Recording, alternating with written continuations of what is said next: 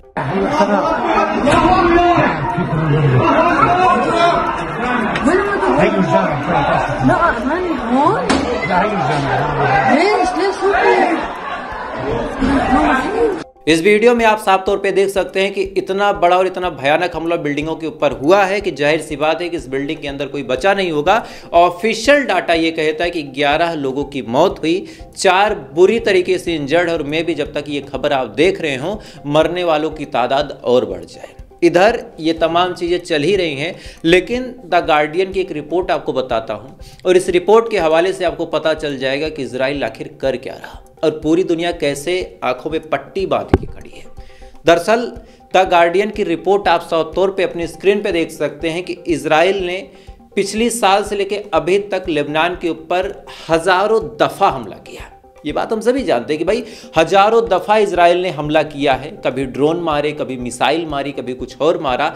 लेकिन अब रिपोर्ट निकल के सामने आ रही कि इजराइल ने सबसे ज्यादा उन क्लस्टर बमों का इस्तेमाल किया है जो क्लस्टर बम बैन है, यानी ऐसे बम जिनका इस्तेमाल पूरी दुनिया में प्रोहिबिटेड है। पूरी दुनिया में ये कहा जा रहा है कि ऐसे बमों का इस्तेमाल नहीं होना चाहिए।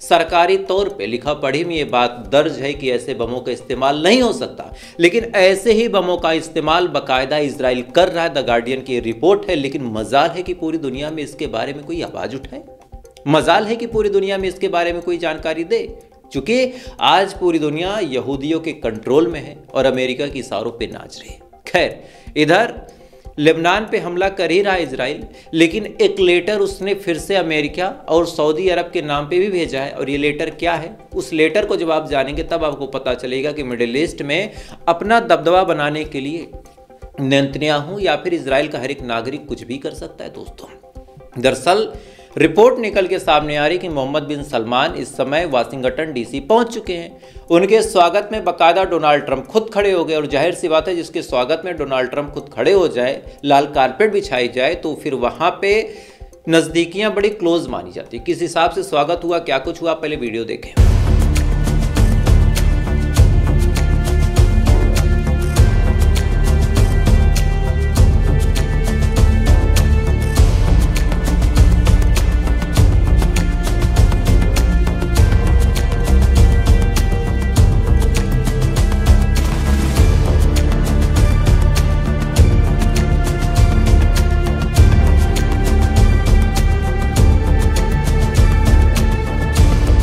इस वीडियो में आप साफ तौर पे देख सकते हैं कि मोहम्मद बिन सलमान का गर्मजोशी के साथ डोनाल्ड ट्रंप ने स्वागत किया। और सबसे ज़्यादा संभावना इस बात की अब लगाई जा रही है कि इसी मीटिंग में अब अमेरिका F-35 फाइटर जेट दे देगा सऊदी अरब को। और अगर ऐसा हुआ तो इजराइल काफ़ी परेशान है। इजराइल ने एक लेटर लिख के सीधे तौर पर कहा है कि अगर आप मिडिल ईस्ट में शांति चाहते हैं तो आपको अमेरिका के साथ मिलकर ऐसी कोई डील नहीं करनी है। अमेरिका को भी ये लेटर भेज के इजराइल ने साफ तौर पे कहा है कि आपको जो सऊदी अरब है उसको F-35 फाइटर जेट नहीं देना, चूँकि अगर उसके पास भी F-35 फाइटर जेट हो गया तो हम कमज़ोर पड़ जाएंगे, हमारी सैन्य ताकत, हवाई ताकत कमज़ोर हो जाएगी और ऐसे हाल में सिचुएशन बद से बदतर हो जाएगी। आपकी जानकारी के लिए बता दूं कि सऊदी अरब को भले ही एक भी जहाज़ ना दे अमेरिका, लेकिन अमेरिका ने बाकायदा 45 F-35 स्टील्थ जेट इजराइल को दे चुका है। 45। और ऑर्डर की बात करें तो अभी भी 30 ऑर्डर में लगे हैं, यानी 45 के बाद अभी 30 और मिल जाएंगे। और जब 30 और मिल जाएंगे तो तादाद 75 हो जाएगी। और 75 F-35 अगर किसी मुल्क के पास हो तो वो पूरे एक रीजन में तहलका मचाने के लिए काफ़ी होता है। खैर, इधर इजराइल ने अमेरिका से मना तो किया है कि भाई साहब सऊदी अरब को F-35 ना देना, लेकिन अगर गलती से भी F-35 मिल जाए तो उसको लेके भी इजराइल ने बहुत भयानक तैयारी की है। दरअसल इजराइल ने अपना आयरन बीम निकाल के फिर से तैयार कर लिया। अब तक इसके सिर्फ कयास लगाए जा रहे थे कि इजराइल एक ऐसा आयरन बीम बनाएगा जो लेजर सिस्टम से चलेगा और लेजर सिस्टम से चलने के बाद वो आसमान में ही पायलट समेत पूरे जहाज को खाक कर देगा। अब ये काम कैसे करता है, बहुत आसान भाषा में आपको समझा देता हूँ। बचपन में आपने वो खेल खेला होगा, आपको याद होगा कि एक कागज़ हम लेते थे, एक लेंस लेते थे, ऐसे जलाते थे, कागज़ जल जाता था। जब धूप से रोशनी वहाँ पे एक जगह पे हम इकट्ठा करके डालते थे तो कागज़ जल जाता था। सेम कॉन्सेप्ट यहाँ पे है कि बेहद हाई फ्रिक्वेंसी की लेज़र की किरणें ऐसे समेट के, ऐसे बटोर के एक पतली सी लाइन में जब उसको मारा जाएगा तो इतनी गर्म होगी कि जिस चीज़ से टकरा जाएगी उस चीज़ को फ़ौरन पिघला देगी। इसी टेक्नोलॉजी का यूज किया गया है इस आयरन बीम में कि अगर आसमान में कोई जेट जा रहा है और हमें उसको गिराना है, उसको इंटरसेप्ट करना है, तो कुछ नहीं करना, बस मशीन ऑन करो, सेंटर मिला दो और ये काम AI अपने आप कर लेगा और वो मशीन या फिर वो जहाज़ वहीं पर खाक हो जाएगी। और इसमें खर्चा बड़ा कम है, कुछ ही डॉलरों का खर्चा, जो कि केवल बिजली लगनी है।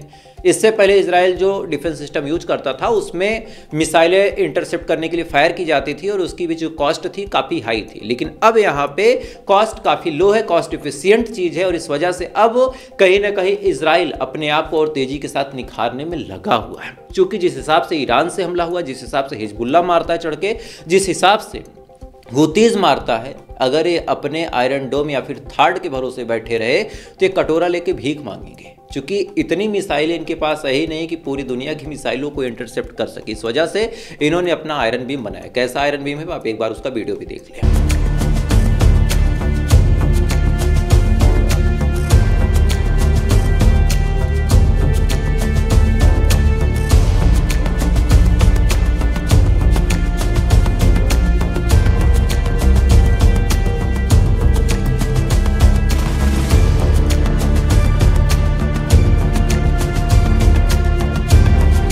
इस वीडियो में आपने आयरन बीम की इफिशियंसी देखी, लेकिन हर जगह आयरन बीम नहीं है और जहां पे नहीं है वहां पे क्या आलम है आप एक बार फिर से जान लें कि यूक्रेन के ऊपर रशिया ने बहुत भयानक हमला किया है।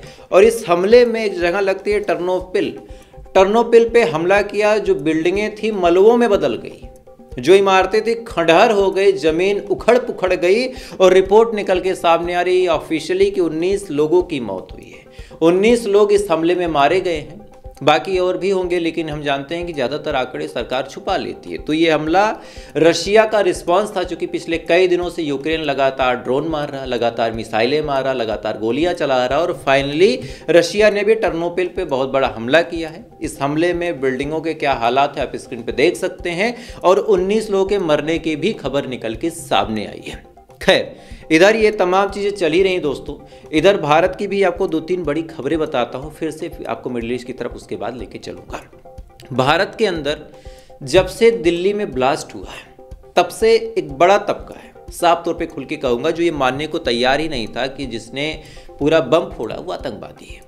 साफ तौर पे कहा जाए तो ऐसे लोगों की आंखों पे धर्म का चश्मा बंधा हुआ है, वो लोग मानने को तैयार ही नहीं है कि मुसलमान भी गलत कर सकता है।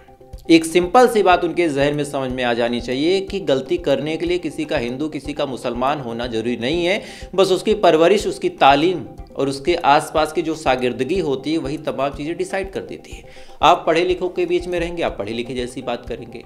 आप गंवारों के बीच में रहेंगे, आप गंवारों जैसी बात करेंगे। अगर आपके आसपास कोई बम बनाता है तो आपको बड़े आराम से पता होगा कि बम कैसे बनाया जाता है, और अगर आपके आसपास कोई साइंटिस्ट है तो आपको साइंटिस्टी वाली चीज़ें पता होंगी।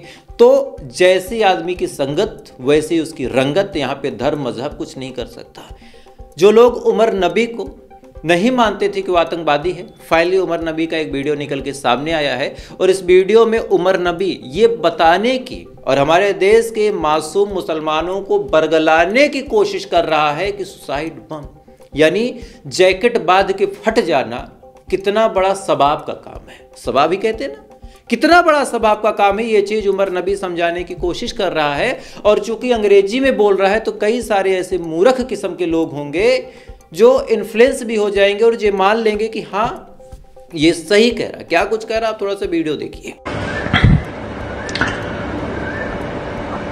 One of the very misunderstood concept is concept of what has been labeled as suicide bombing.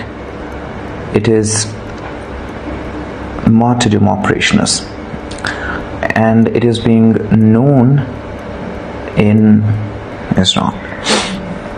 There are multiple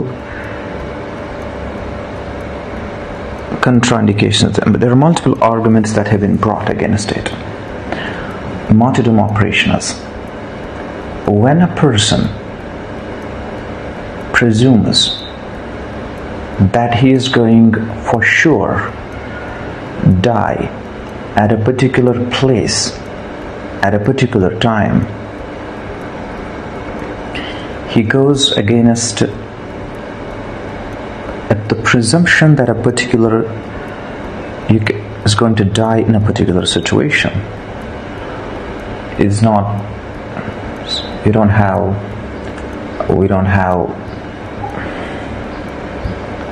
situation.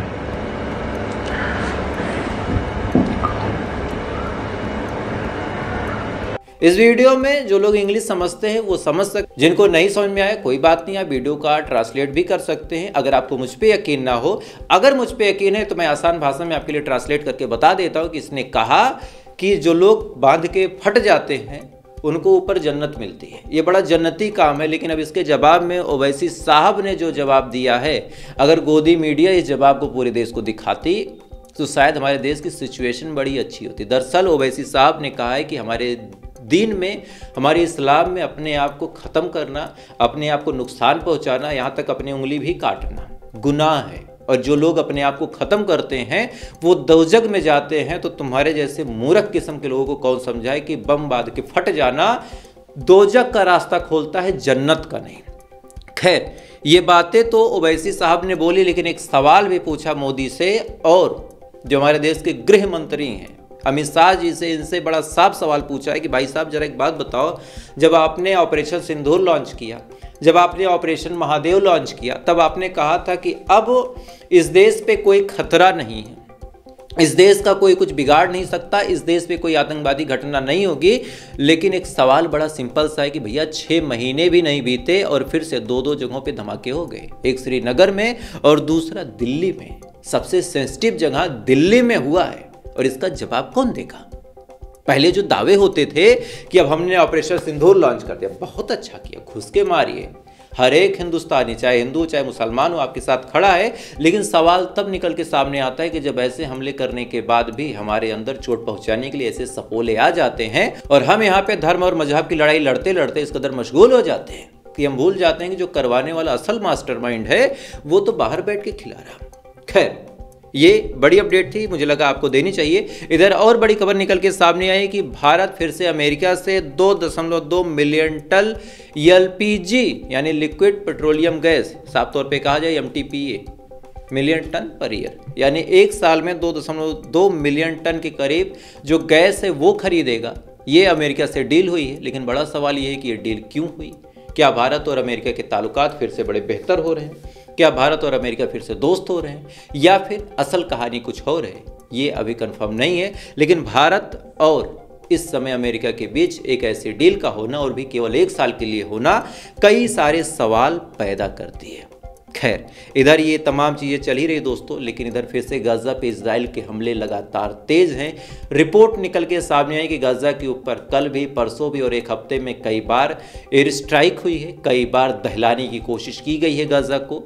जो मदद की चीज़ें वहाँ पे पहुँचने नहीं दी जा रही हैं, जिस हिसाब से इजराइल जुल्म सितम कर सकता है वो कर रहा है। और सबसे अहम और सबसे बड़ी बात यह है कि गाजा की मुस्तकबिल को बनाने के लिए UN ने जो फैसला सुनाया था कि पीस कीपिंग फोर्स आएगी पूरी दुनिया के अलग अलग हिस्सों से, उसको इजराइल ने भी नकार दिया। यानी जो पार्टी पहली है इजराइल, उसने भी नकार दिया, और हमास ने भी नकार दिया और कहा कि पूरी दुनिया में से किसी की भी आर्मी गाजा के अंदर तैनात नहीं होगी। यानी 2 पार्टी हैं जिनके बीच समझौता होना है, और दोनों ही पार्टी ने इस बात को साफ तौर पे नकार दिया कि भैया हम कट मर जाएंगे, किसी और को नहीं आने देंगे। तो क्या होगा अब गाजा का मुस्तकबिल, अब ये देखने लायक बात होगी। खैर, जैसी अपडेट होगी मैं आपको जरूर बताऊंगा। इस वजह से चैनल पे नए हैं भैया, वीडियो को लाइक करके चैनल सब्सक्राइब करके अपना प्यार जरूर दे दे। बाकी थोड़ी देर बाद आपसे फिर मुलाकात होगी इजराइल, फिलिस्तीन, लेबनान समेत पूरी दुनिया की खबरों के साथ। तब तक आप अच्छे रहे, खुश रहे, अपना ख्याल रखिए, अपने देश का ख्याल रखिए। जय हिंद, ऊपर वाला आपकी हिफाजत करे।